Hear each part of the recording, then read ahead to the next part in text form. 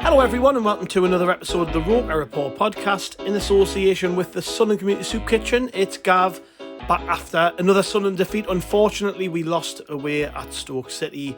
Alex Neil's Stoke City. And joining me to talk all about it is Chris, who doesn't look like he's in the best of moods to talk about this game. I sound very excited. I'm not really. I've had a couple of pints, which is why I'm maybe up a height a little bit, but I'm not really in the mood to talk about this game, Chris, and I don't think you are either.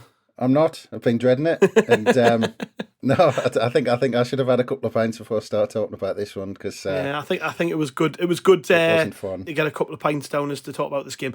It's not a good game to talk about. Like I said to you before we came on air, I've been talking to a number of Sunderland fans today about the game, and they're all of the same opinion, really, that it was probably the worst performance of the season from us.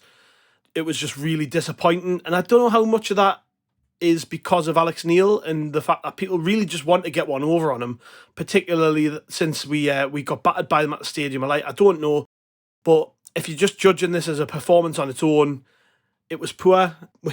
There's no getting away from it, really, is there? I mean, we'll get into the ins and outs of the performance, but it was very poor from Sunderland. I mean, I know Tony Mowbray was keen to point out that the weather might have played a part in the fact we couldn't train properly and all the rest of it. But yeah, it wasn't great, was it? I couldn't get over that. I couldn't get to saying, how much the train. And he says, that the players came back from international duty not knowing what they're supposed to do in their roles. And I thought, hang on a minute, what if they miss 2 days? They haven't got a clue what they're supposed to do in a Sunderland trip. And I just, he was clutching at straws. He looked frustrated as anybody, and he was talking about the intensity and all this sort of stuff, which was exactly right. There was none. That was the thing that was lacking.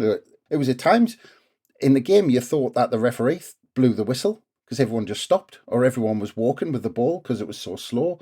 The tempo was slow, and the most frustrating thing as well, and look, I'm going to have to stop myself going off on kind of 10-minute long rants, but the most frustrating thing was that Stoke were absolutely crap, and they were there for the taking, and I would say, sometimes at this point you might say we made them look good, but we didn't. Like, even how bad we were, they were just as bad, but that's their natural, I think that's just how Stoke are. But we played well below par. And I mean, it's probably a good starting point, Gav, the team selection, because I think it all stemmed from there. Yes. Well, yeah, that was a big talking point before the game. I'll be honest, when I seen the team, I thought, balls on this guy, picking a team like that, friggin' hell, I thought, that's a pretty plucky team he's picked there. I mean, the big thing that stood out was the fact that we went with no striker. And I know that Mason Burstow's been disappointing. He has. He's not been great since he came in. And I think the excuse he gave before the game, Mowbray, was that Burstow was one of a few players who'd been on international duty and hadn't worked with the squad. But still, there was nothing up front. Like, that was the big theme of the game. It was just, we were great at the back, knocking it around. We were great in midfield, knocking it around. We were great when we moved it wide. And then as soon as you were looking to get it to somebody at the top end of the pitch, it was non-existent. And after a couple of occasions, you can kind of excuse it and say, well, give it 10, 15 minutes, you might start building the ball up properly and getting at them and all the rest of it. But we didn't. And I thought at half-time it was clear we needed a striker on the pitch, just somebody to hit. Like, when we didn't want to do the short ball and we didn't want to go, try and play our way up the pitch and all the rest of it, we needed somebody to hit. We didn't have it. I thought, right, okay, get someone up there who can hold the ball up. And he didn't do it. He left it far too late to change it, in my opinion. Yeah. But, yeah, I mean, importantly, the team selection from the start of the game, if you look at the side, we had Hume at left back. Fair enough. We don't have Elise, we don't have Cirque, and if him or Huggins had played there, I wouldn't have complained. They're interchangeable, really. 09 and Ballard at the back, that's standard. Pierre Ekwah coming in, I think he's probably been rushed in, if I'm honest. I think Dan Neil being missing has exacerbated that. The fact that we had to bring in Pierre Ekwah, and I thought he looked okay, but the problem was that he's been missing for 3 or 4 weeks, and ideally you would, particularly with the kind of injury he's had, you would have maybe got him a 21s game in, or 30 minutes off the bench towards the end of a game. And circumstance dictated he had to start the game alongside Jude Bellingham, who we all know is better going forward than he is perhaps playing in front of the back four, trying to trying to kick things off.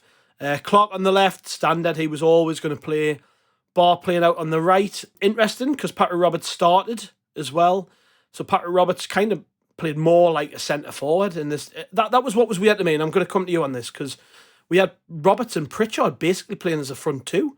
I don't know, but yes, at times when we were deeper, they kind of dropped into midfield and linked up and all the rest of it, but it was like we were playing 4-4-2 at times with two attacking midfield players who are both 5'6", 5'7", up there, and in many occasions trying to win long balls. And I don't get it, if I'm honest. I don't get it. I don't get it at all.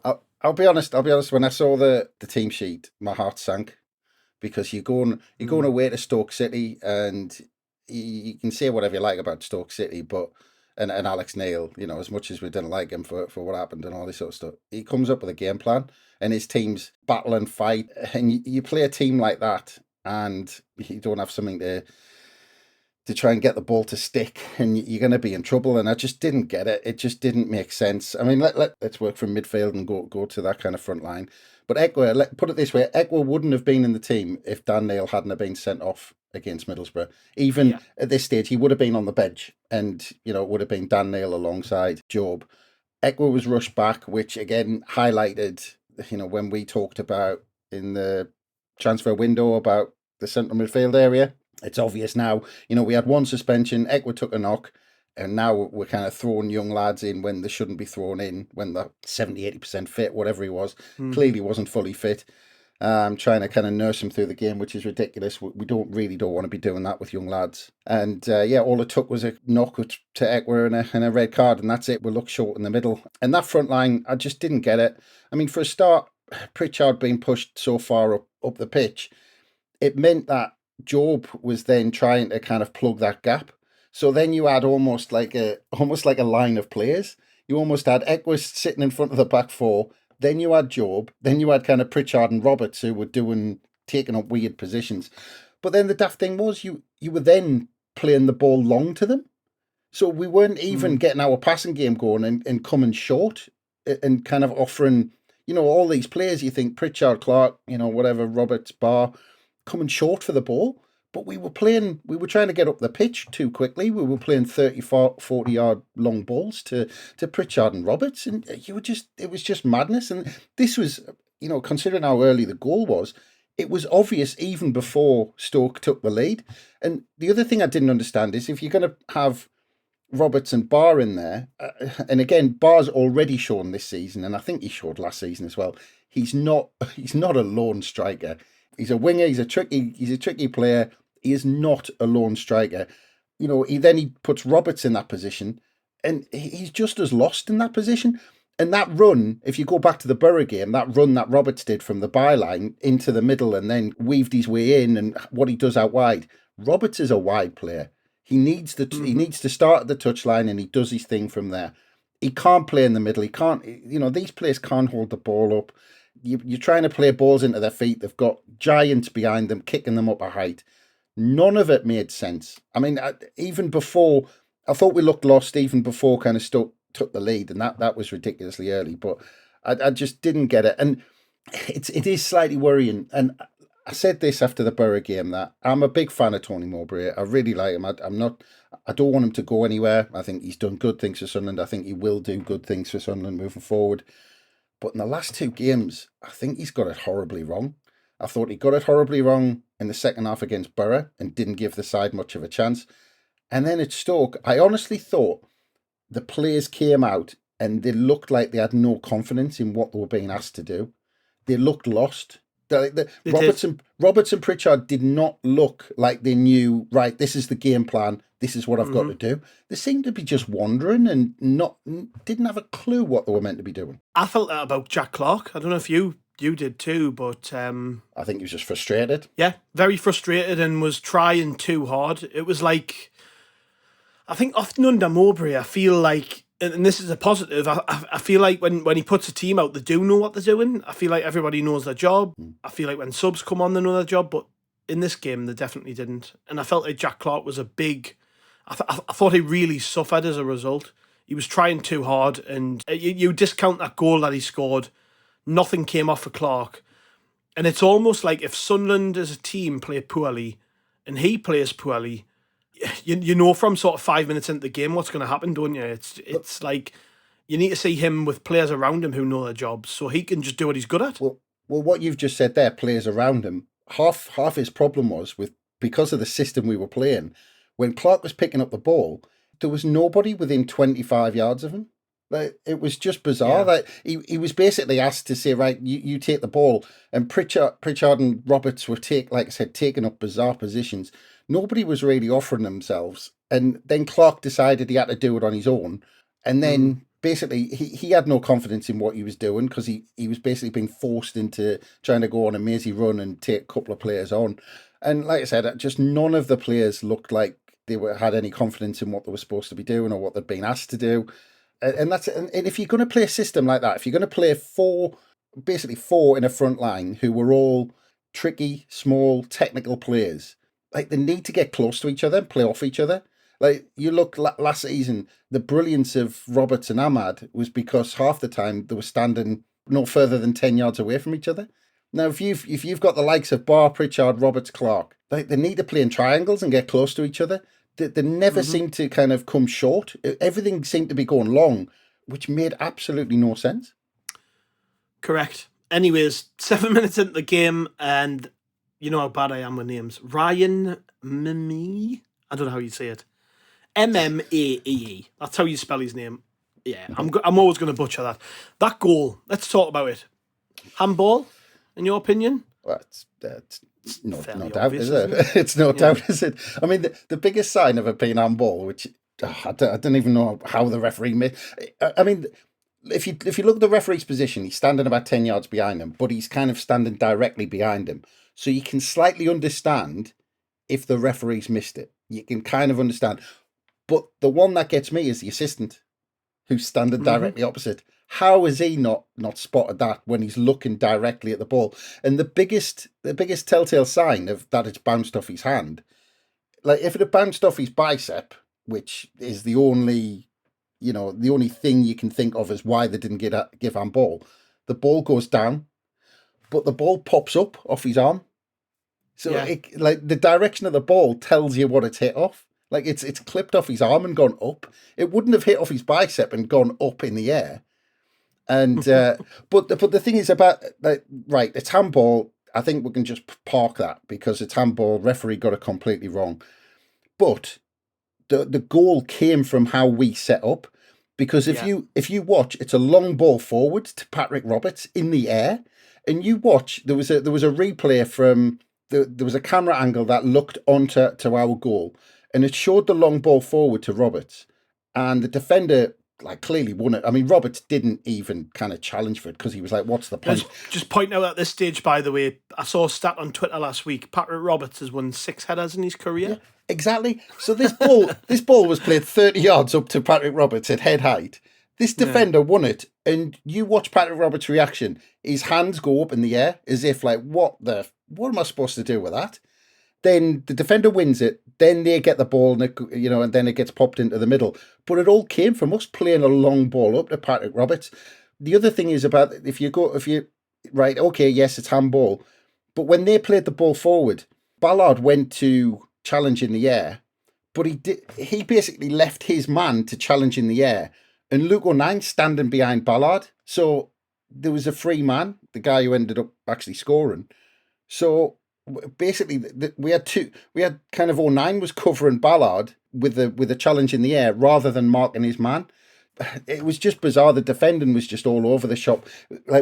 With 2 centre halves, if one goes, and there's 2 strikers, the other one's got to mark the other man or sweep in enough behind where you're covering enough where you can cover any eventuality. But it didn't work that way. And so O'Nien was just kind of completely out the game when the ball, he handballed it to get in front of him. But the other, Huggins as well, Huggins didn't tuck in enough. And that the guy who scored, I'm not going to butcher his name like you, I'll leave you to the names. But he was left completely alone because O'Nien was out of position, Huggins was out of position. And I mean, look, it was handball, shouldn't have been given. But at the same time, we didn't help ourselves either. We didn't defend it at all. No, I can't disagree with any of that. And I think I kind of try and compartmentalise the two parts of the performance. You've kind of got right. We were shit. There's no getting away from that. Nope. Every Sunderland fan watching that game knows we were terrible. But that's a big decision early in the game, which if the officials get the job right, it could be a different game. And I know it's all coulda, woulda, shoulda in hindsight, but it's like, it's yet again, I'm sitting here and I'm going, well, if the linesman does his job and that gets disallowed, it's 0-0, and then it's a different game. After 7 minutes, we're 1-0 down to a goal that shouldn't have stood.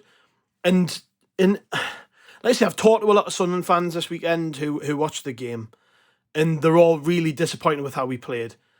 But I can't help but sit here and be like, but that goal shouldn't have stood. And I know I'm not getting away from the fact that we should have done better. We should have been better. That goal shouldn't have happened. We made mistakes in the build-up to the goal.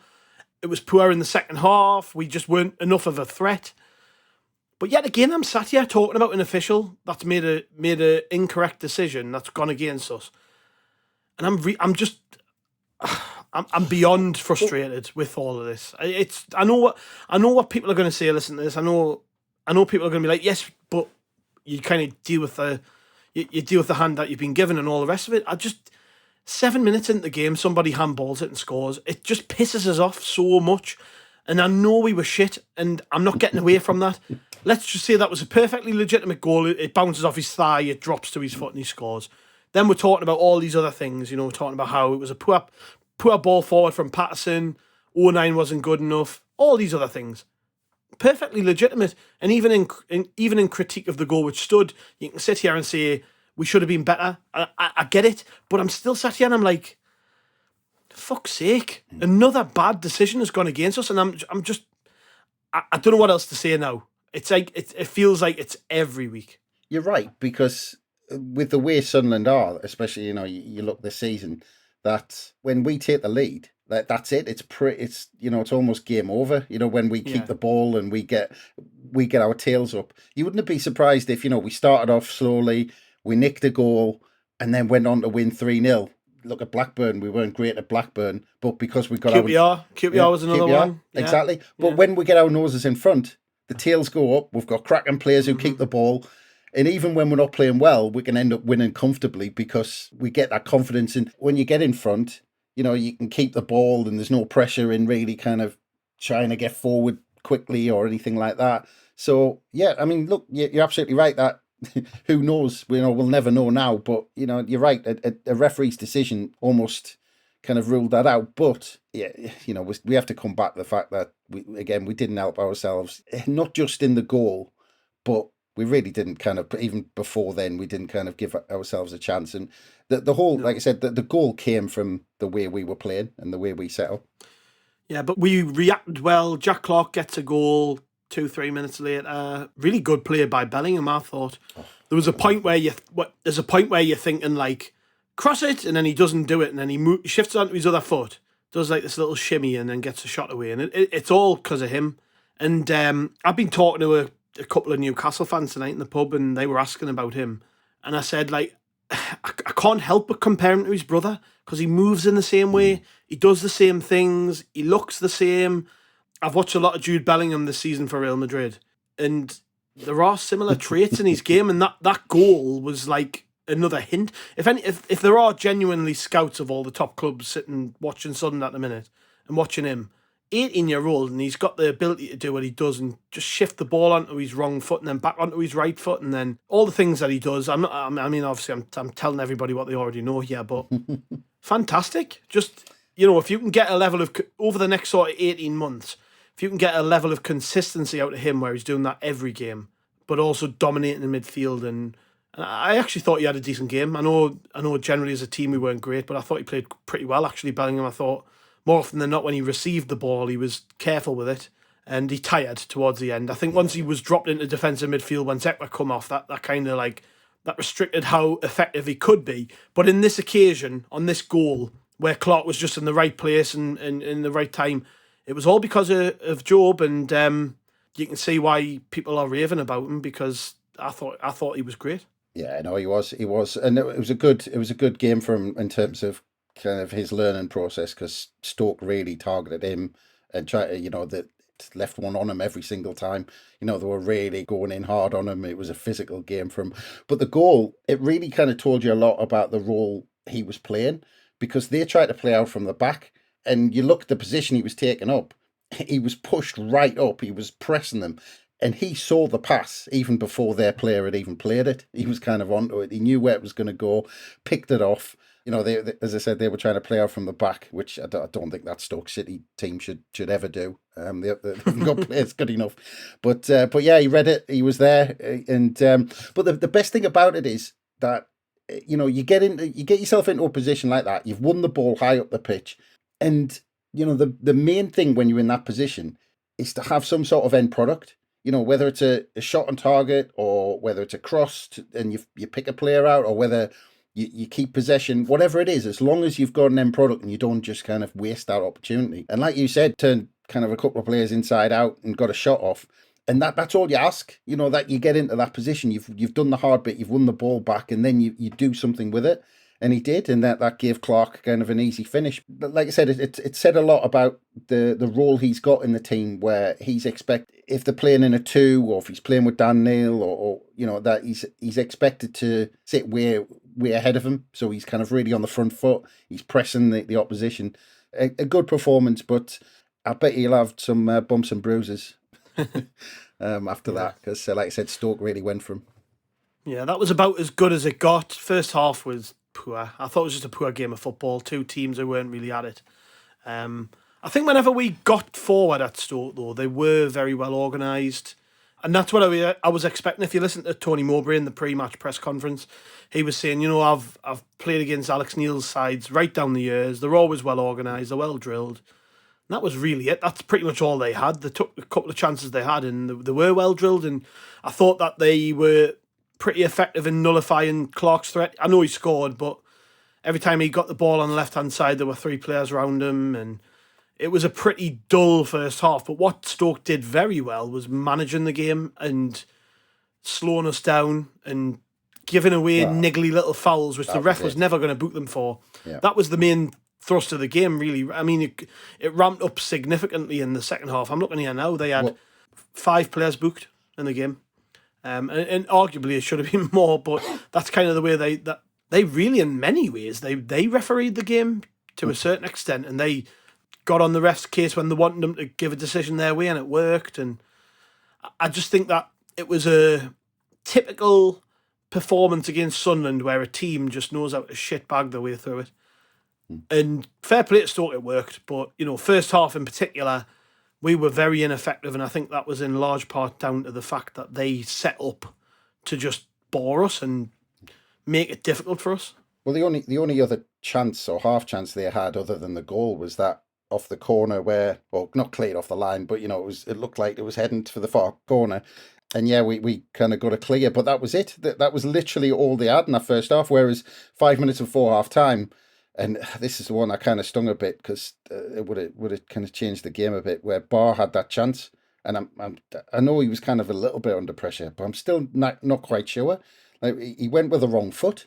It's happened before, where but I think it might have been at Coventry where Barr had that chance to play the ball across, and he had this chance. He had this chance again, but whenever he's in those positions, you're never confident. You're never confident that he's going to produce and end up kind of scoring or finish it off. And he went with the wrong foot, and it all went wrong, and it went into the side netting. And that would have set us up nicely going into half time. Because, like I said, I mean, look, we were crap, and Stoke were just as bad. I mean, what a horrible team. No way can Alex Neil be proud of that team. They're just awful. They're just kind of niggly fouls and all that sort of stuff. But the other thing as well in that first half as well, we seem to keep switching it up. Like, Barr went out he switched sides at one point, then Clark went central, then Roberts went out wide. And I couldn't decide whether they'd been told to do it, or whether it was just this fluid system where they just made it up as they went along. Because like I said, it was just another sign that I wasn't quite sure whether either Mowbray knew what he wanted them to do, or whether the players knew what they were doing. Yeah, that pretty much summed up the rest of the game, to be honest. It was a Yeah, it wasn't great, and they get that goal pretty early in the second half. And Mowbray was at pains to point that out in his post-match. He said, we at the start of both halves we just weren't good enough. I don't get it. This we are poor from set pieces. We've improved the overall height of the squad, but yet still we don't look organised. Like it felt as though we were marking areas, we were zonally marking, rather than we were marking people. And that was what undone us on this goal, because we had lads in areas of the box ready to head the ball, but they weren't in the position where we needed them to be, which was where they scored from. It was bizarre, really. I don't know. It was just crap. It was crap all around. And we were like, yet again, coming out in the second half, really, really slack. I don't know. Yep. I don't know what the overall sort of feel was in the dressing room with the players. We'll never know, but we came out just looking not really ready. I don't know. We were kind of too relaxed. Yeah, well, I mean, just on the corner, I mean, you're right. You know, I can't remember. I'm sure there was a mistake leading up to the corner, how they won the corner. Can't quite remember. But the actual corner itself, you're right, because we've talked about this, us doing kind of zonal marking. But it was interesting hearing Mowbray say afterwards that he looked really miffed off by it, actually. He said that it was meant to be Ekwah's man. And he said Ekwah lost his man for it. Calls him out, yeah. Because we've talked about the zonal marking, but it seemed weird that Mowbray specifically said, "Oh, it was Ekwah's man." But the other thing, I think, sorry, mate. I think the reason that he said that was because the interviewer specifically highlighted Ekwah and said he's been out a while, but he played well. And Mowbray was like, I think what he wanted to say was, no, he didn't play well at all. Well, at one point he says I have to give him a slap before games to wake him up and all this sort of stuff. But the actual corner, the typical Alex Neil, I mean, they had worked on this because they knew what we're like. We've got a reputation now of set pieces. And they just piled everyone into that 6-yard box and put the ball right underneath the crossbar.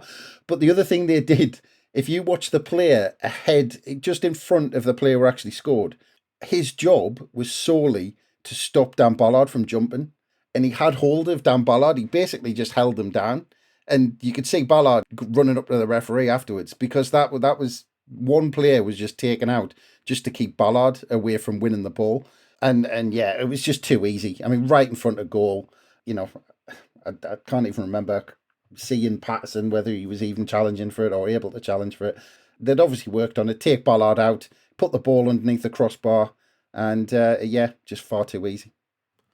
I don't really know what else there is to say about the rest of the game other than that it was crap.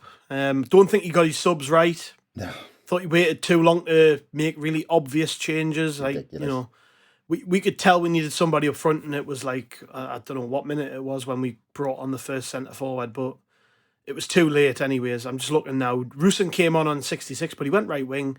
Burstow also came on at the same time. He went up front, along with Bradley Dack, who looks like he's put about a stone on while he's been injured.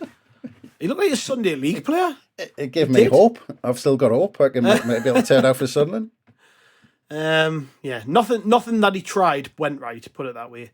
We weren't any more threatening. There was a point, I think it might have been at the start of injury time at the end of the second half, where I can't remember who it was. We had two players up front. I think it might have been Semedo and Dack, and possibly Clark, I don't know. But there was a bunch of players up front, and Burstow was on sort of the edge of our box when he picks the ball up and plays a 70-yard ball forward diagonally.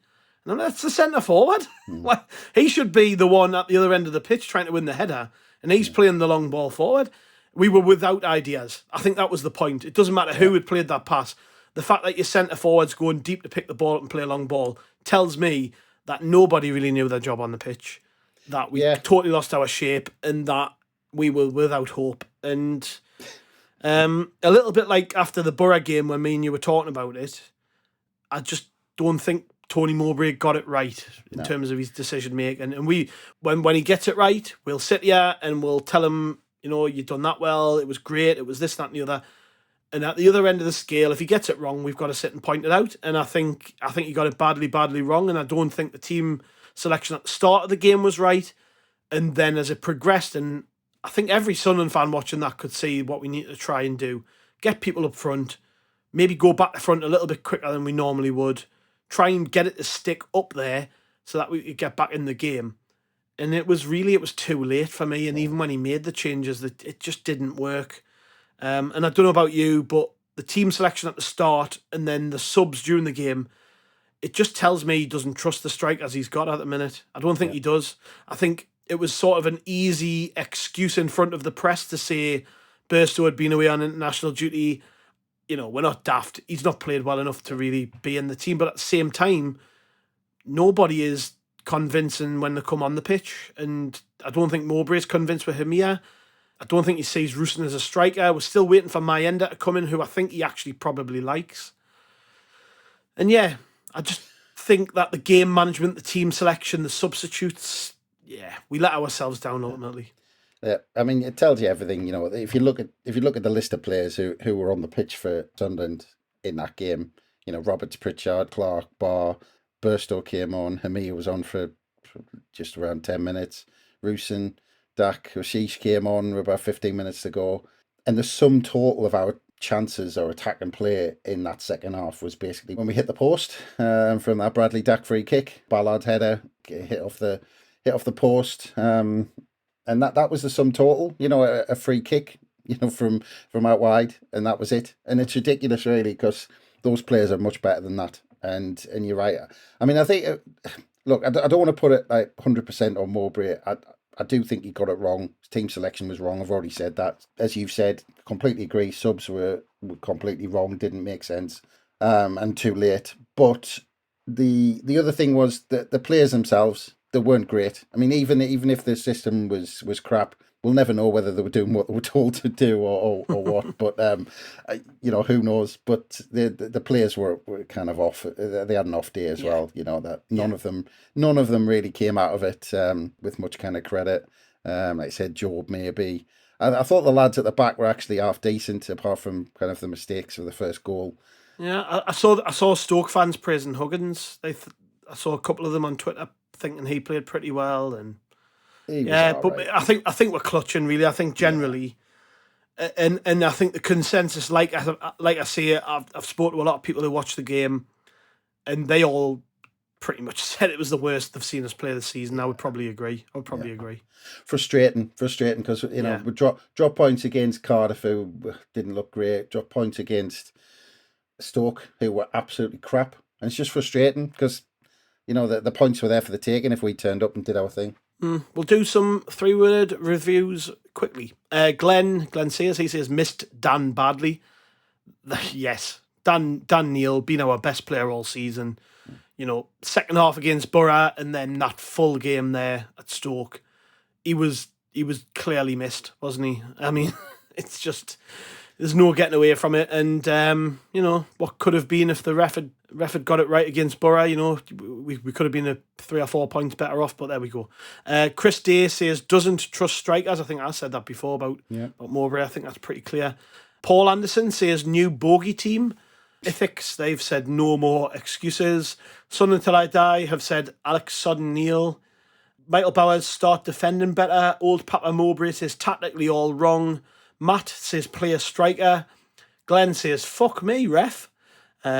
Jesus of Nazareth says we are cursed. Jordan says Mowbray losing it. Well, come on, 2 bad results. Rachel Thexton says another apology incoming.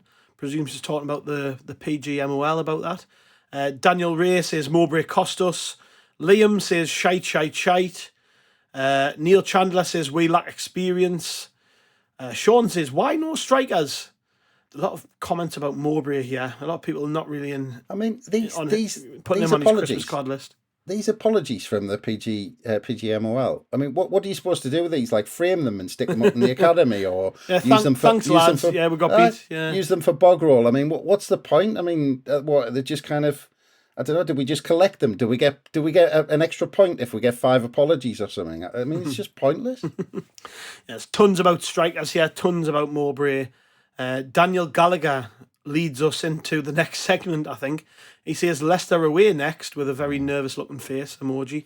Let's talk about that quickly. We've got Leicester on Tuesday night, Chris. We have to. Leicester, who are absolutely romping it at the top of the league. They've lost one game in 12. They've scored 26 goals. They've only conceded 7. They've largely kept together the team which they were relegated with, which really is a decent Premier League team. You know, I'm just looking at the side that played against Swan. They won Swansea 3-1 at the weekend, and they're starting 11. I'm looking right through it. They've got Pereira, who's their captain, is a Portuguese international. Feiss at the back, who was playing the Prem last year. Vestergaard, who scored and played a number of years at the Prem. James Justin, I think it's James Justin. Yeah, James Justin, who was one of the best players in the Championship, stepping up. Ndidi, who had been linked away with big money moves and didn't go. Harry Winks, who has played for England and is still a young man. Dewsbury Hall, who's probably one of the best players in the division. Jamie Vardy, who's scored for fun since he signed for Leicester all them years ago. Mavididi, who is a young English prospect. And then the bench, Connor Cody, Kelechi Iheanacho, Hamza Chowdhury, Yunus Akun, Cesar Cassidy, Mark Albrighton, Harry Suter, Patson Daka. I mean, that is a good squad for the Championship. I think their manager's been rotating. I think he's just been swapping the team in and out with every game because he can, because he's got like top players in every position twice over. It's going to be tough, isn't it? Leicester away is possibly the most difficult game of the season. The only thing I keep thinking of is when we played Burnley away last year, and they hadn't not scored in a game at Turf Moor all season, and we went there and got a draw. And it was because we knew what the job was. And I suppose that's the thing with this game, is going into it, Mowbray is going to have to make sure that these players know, come on lads, as good as we are, we've got to go there and we've got to really stay organised, because they've got quality in every position. And if we aren't switched on, we're going to really, really struggle, and it could be a long night. I mean, what's your hopes for this game? Is it just not get beat? Because I'd be happy. I'd be over the moon with a point. Despite the last 2 results, I think anything sort of point or a win would be unbelievable in this situation, because Leicester are clearly going to win the league. Yeah, well, regardless, I mean, even if we'd come out the last 2 games with 4 points, I'd have still been saying like a point would be good at Leicester. I wouldn't be, doesn't necessarily change anything. I mean, it might be more impressive now that we've lost the last 2, but I'd still be saying that. But I mean, just to kind of cling on to some hope, I mean, they've only lost 1 this season out of the first 12 games, and that was at home. So I mean, that's something to kind of hold on to, I suppose. The other thing is, you look at we played a poor Stoke side and hardly threatened them. Leicester in 6 games at home have only conceded 3 goals. So they're conceding 1 every other game, which is a little bit ridiculous. And we need to be on it if we're going to score. I mean, I think you're right bringing up the Burnley game. I think Mowbray might have mentioned it as well. And you can imagine him going in with a similar game plan. And he said, actually, he hinted that the way Leicester play might suit us as well. So we might be looking for a little bit more to kind of try and catch them. Yeah. If we kind of get decent possession of the football. I think, if we get one, it could be a decent night, but I'm clinging on to that kind of 0-0 type game plan that we came out with Burnley. I think that's going to be the way forward. I'm just looking at the game they've lost this season was at home against Hull, and in that game, Leicester had 21 shots, only 1 on target, 65% of the possession, nearly twice as many passes as Hull had. Hull had 4 shots on target from 7. So I guess that was just an off night for Leicester. I mean, just looking at the team, the fielder that night, Casey McAteer, I think he's injured now. Kelechi Iheanacho played. Just looking around the team, Callum Doyle, I forgot about him. I don't know if he's going to be injured for the game. But they've got a quality side, Leicester, and I think we kind of have to try and forget about what they can do. Again, I always say this, like, it's always about what Sunderland do. That's what it was on Saturday. We were poor, and Stoke managed to take advantage of the fact we were poor. Had we turned up and only played in second gear, we would have beat Stoke because they were shit. But in this game, you're looking at it and you're thinking, right, well, if we can go there and just understand that a point would be valuable, but at the same time, if we do sit a little bit deeper than we normally do, which we're probably going to be forced to because of just how decent Leicester are, that when we do break forward, we've got players who can do things with the ball. Like, I think Clark thrives in that situation. But I'm clutching, if I'm honest. I think this is going to be tough for us. And what I'm worried about is that we get beat, which I think most people in the bookies will think will happen. I think they're all going to expect Leicester to win this game. But I'm worried we get beaten and the reaction is just poor. That not just from the fans, but from the players. That kind of we get carried away because we've already lost 2 games before this one. And like the reaction is, well, we've gone to shit. This is wrong. That's wrong. This was always going to be a hard game. That I'm keen not to just write us off, but at the same time, I think we're going to have to work very hard to win this. Well, yeah. I mean, what slightly concerns us is that Tony Mowbray was talking about not having much time to work with the team on the training pitch. Well, there's like a 3-day turnaround now between Saturday, Tuesday. I mean, he's not going to, he'd do well to come up with a brilliant game plan like with them on the training pitch, because you're not going to train them you're not going to go full hog because we're carrying injuries in the next 3 days on the training pitch. So all eyes are going to be on the team sheet and what he does, because what do you think he does then? What do you think? Because obviously Dan Neil comes in, that's so obvious. But do you know what I've been thinking, Chris? And I don't know if the same with you, but we've got when you look at our squad now, we've actually got a decent squad. Yeah. And there hasn't been much reason to change it this season, but we've lost 2 games, and this will be the second of 3 games in 7 days. Do you think this is totally not Mowbray's style, but has he got to change it in a number of positions to just try and get a reaction, give lads a chance who've been waiting on the sidelines, or does he just do more of the same? Well, yeah, because those lads now who came on against Stoke are going to be chomping at the bit to start the game. But I think a lot depends on the reaction Ekwah's had to playing at Stoke. Because Mowbray said he had the ice on and all that sort of stuff. How much can he turn it around and play again against Leicester? Or does Ekwah need to sit out or sit on the bench? Can he not start? Do we keep Ekwah on the bench just in case Dan Neil breaks down, or to replace Jobe later on in case we want to defend a lead or whatever? So it might depend on how fit Ekwah is, because I think that's a big question mark after the weekend.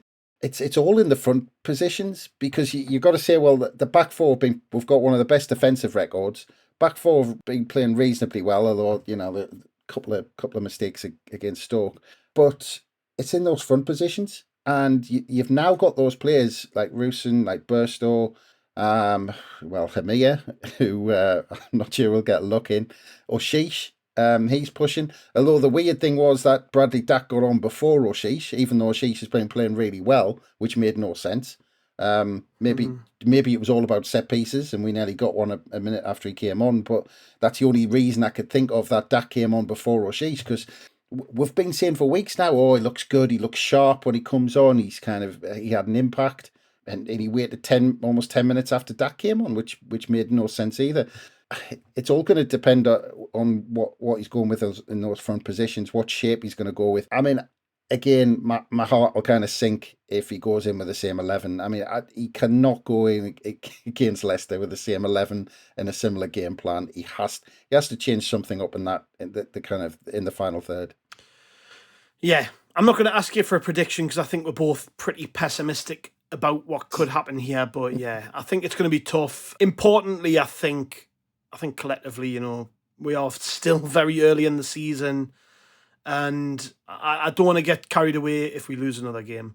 I think that we've got wins in us, and we will win games. We're gonna pick back up at some point, but it's just it's hard to feel optimistic when you've lost 2 games. I totally get it, and especially when you're facing the league leaders next up who don't look like losing a game anytime soon. So I get it, but I'm not going to get carried away either way. A win would be fantastic, but it's not going to be season defining. If we can somehow go there, I know you said Filbert Street, but if we can somehow go to whatever the name of the stadium is, if we can go there and somehow win it, I'm not going to be totally carried away. I'll be chuffed with the win, but at the same time, we are, how many games into the season now? I don't even know, about 9, 10? 12.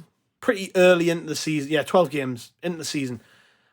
There's no point getting carried away either way, because we're 6th in the table. I know it's very tight in there, but we're 6th. If we can get a point, that would put us on 20 points. That would mean we're still going to be in the top 10 probably, coming out of this run of fixtures.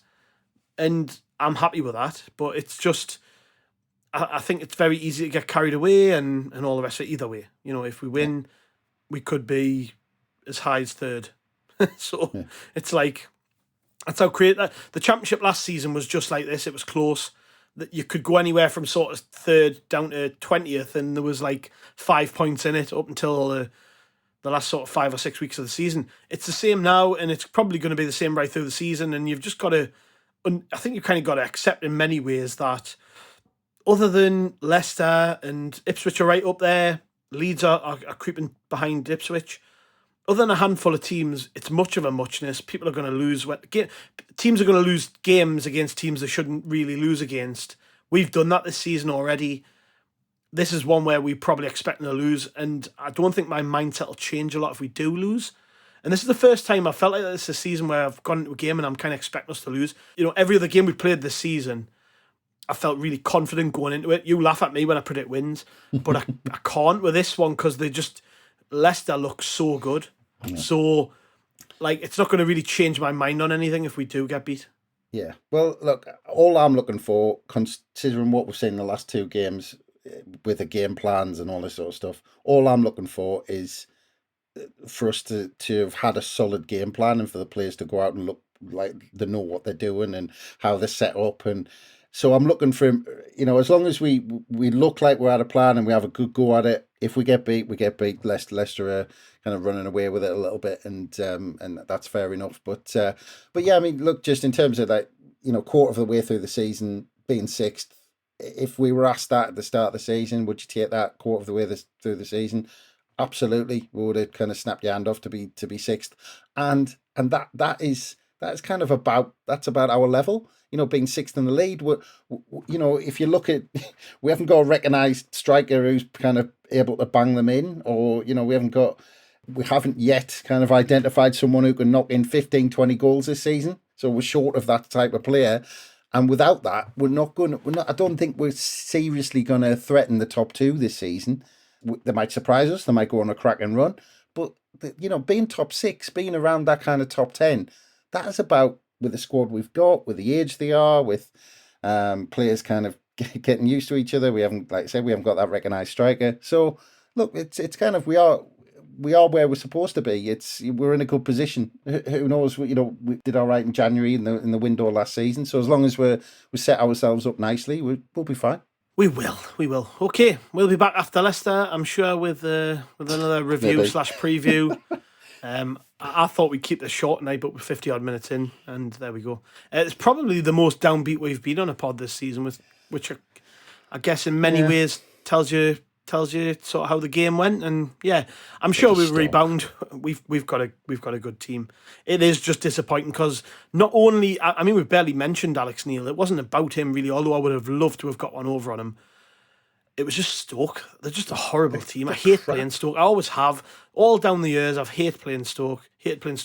I've got a mate whose dad's a Stoke fan, and under Roy Keane, he bet me that Stoke would beat us for a fiver. And I said, no, Sunderland will win. So, and I still owe him that fiver, and he reminds us every time I see him. And I've managed to successfully avoid him since Saturday, and I'm hoping to do that for the near future. So yeah, I'm not in a good mood, but let's see. We might beat Leicester. We might be all right. So cheers, Chris. Thanks as always, mate. No worries. And cheers to the listeners. Don't forget, we've got a book out. It's now available. It should be on your doorstep if you pre-ordered it, and you should already have it. And it's fantastic. SAFC 365. You can buy it from the Love Supreme website. The link for that is on our Instagram bio. It's on our Twitter page. It's on the top of every article on the website. So if you haven't already got it, make sure you buy it. £10. All the profit goes to Sunderland Community Soup Kitchen. If you don't want to buy it for yourself and you want to get it for someone for Christmas, I'm sure it'll be a fantastic little stocking filler for any Sunderland fan who loves reading about the club. So make sure you pick that up. And yes, we will be back after Leicester. We'll see you then.